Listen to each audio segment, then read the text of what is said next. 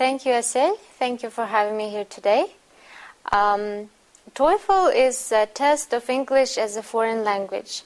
It is designed to determine your level of English, how you can use your listening, reading, writing, and speaking skills to perform academic tasks.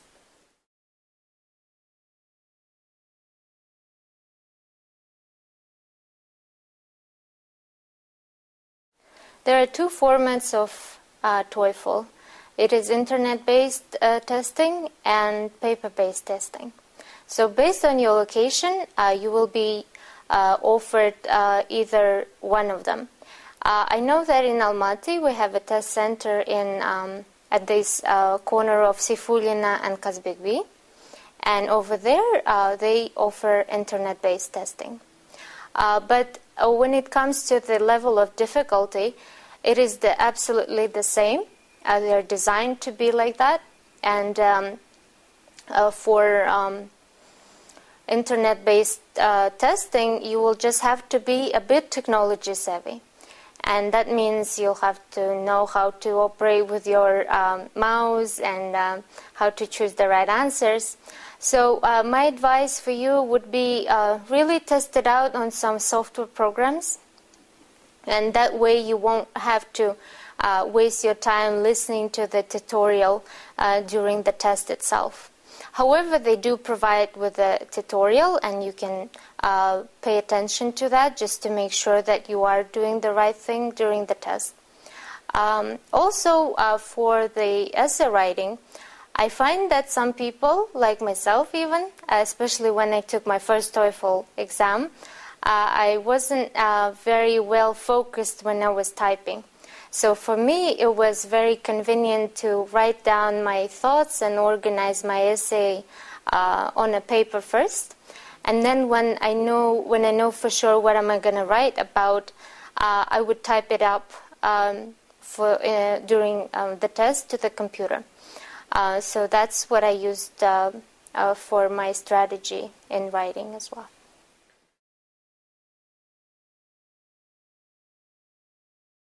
First of all, you have to use English every day. If you don't use it, you lose it. That's the saying. So listen to music, listen to the news, watch movies in English. Try to even practice it with your friends who speak English. Also, write down your thoughts, keep a journal. You can also write emails to your friends, or even some requests that that you have to do over the internet.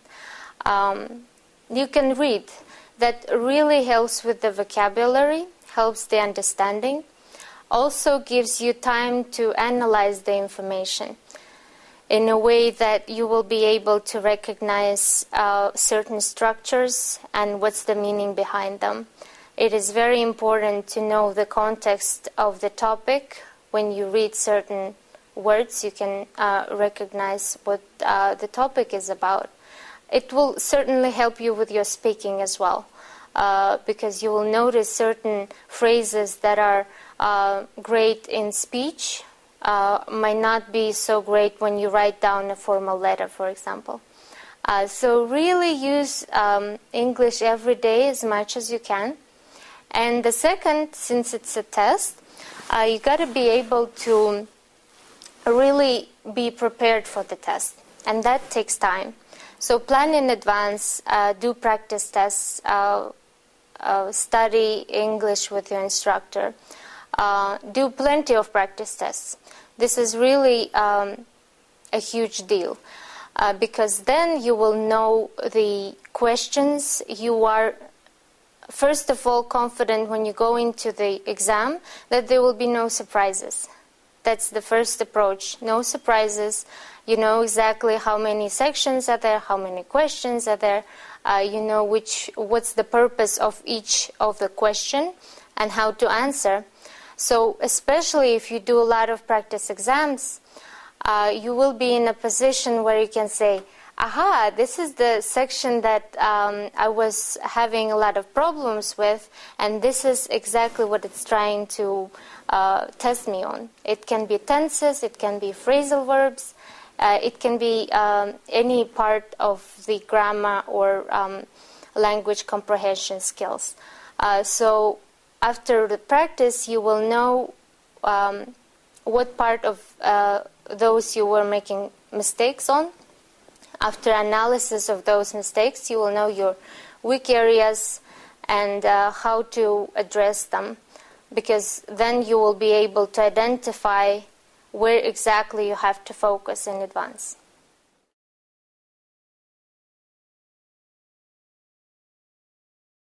One of the brilliant tricks I've ever used on tests, I used that for my project management professional exam, and that was also a multiple choice test. And what I've learned was great is to take the material that you've learned for, it can be ages or months that you prepared, on a piece of paper during the exam. There's nothing illegal about it because it's your information. You wrote it down. There is no material that you are using.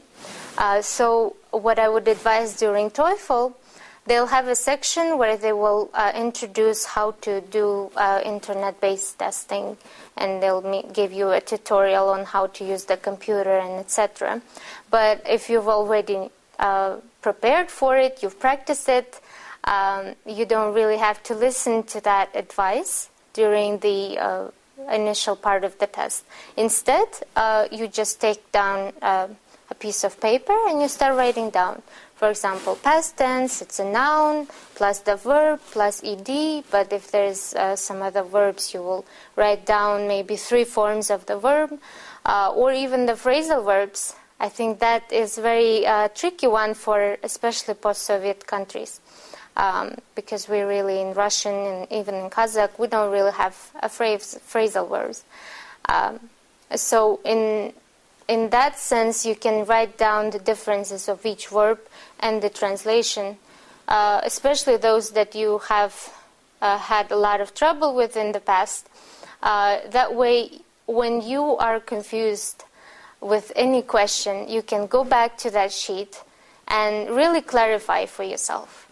Because TOEFL is not only a test to test you on English skills. It's really a test. It's a multiple choice. It is meant to confuse you. It is meant to say, oh, this answer is very similar. This answer is great too. So usually there will be 2 answers that will be quite similar and quite easy to fail on. So if you have that sheet, as I call it, you can just refer to it and clarify on time.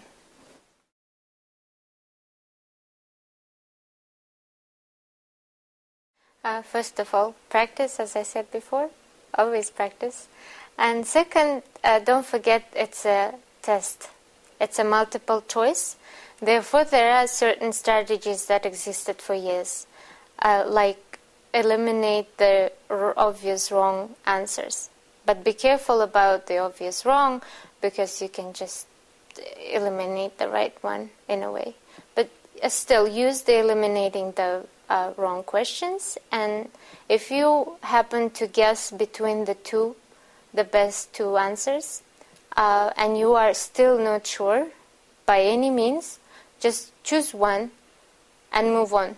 Don't leave that question unanswered, hoping that you will go back and revise it.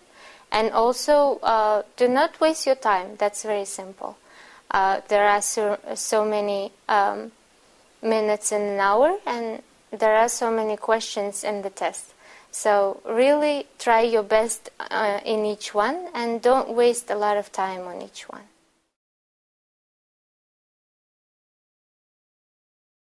In my opinion, listening really takes the person to master the language, especially considering different accents that come up, and they do come up in TOEFL as well.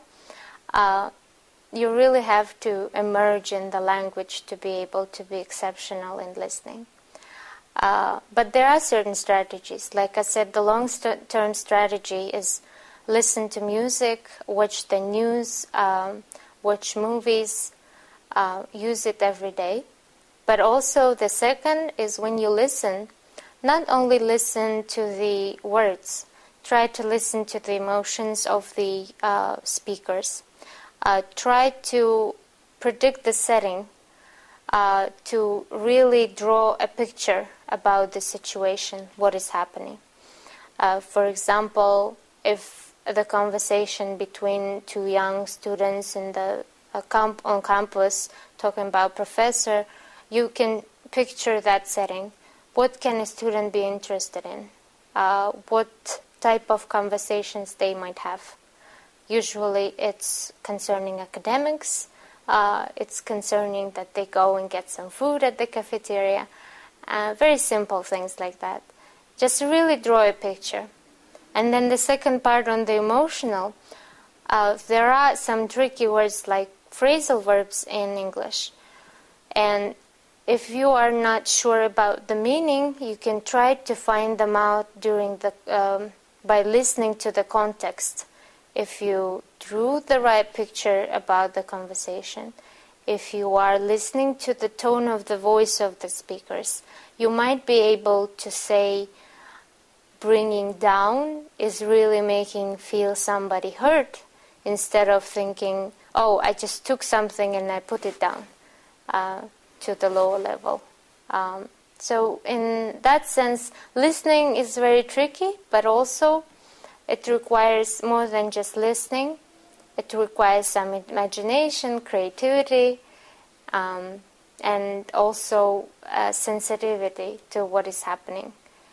And then really choosing the best answer as you can guess.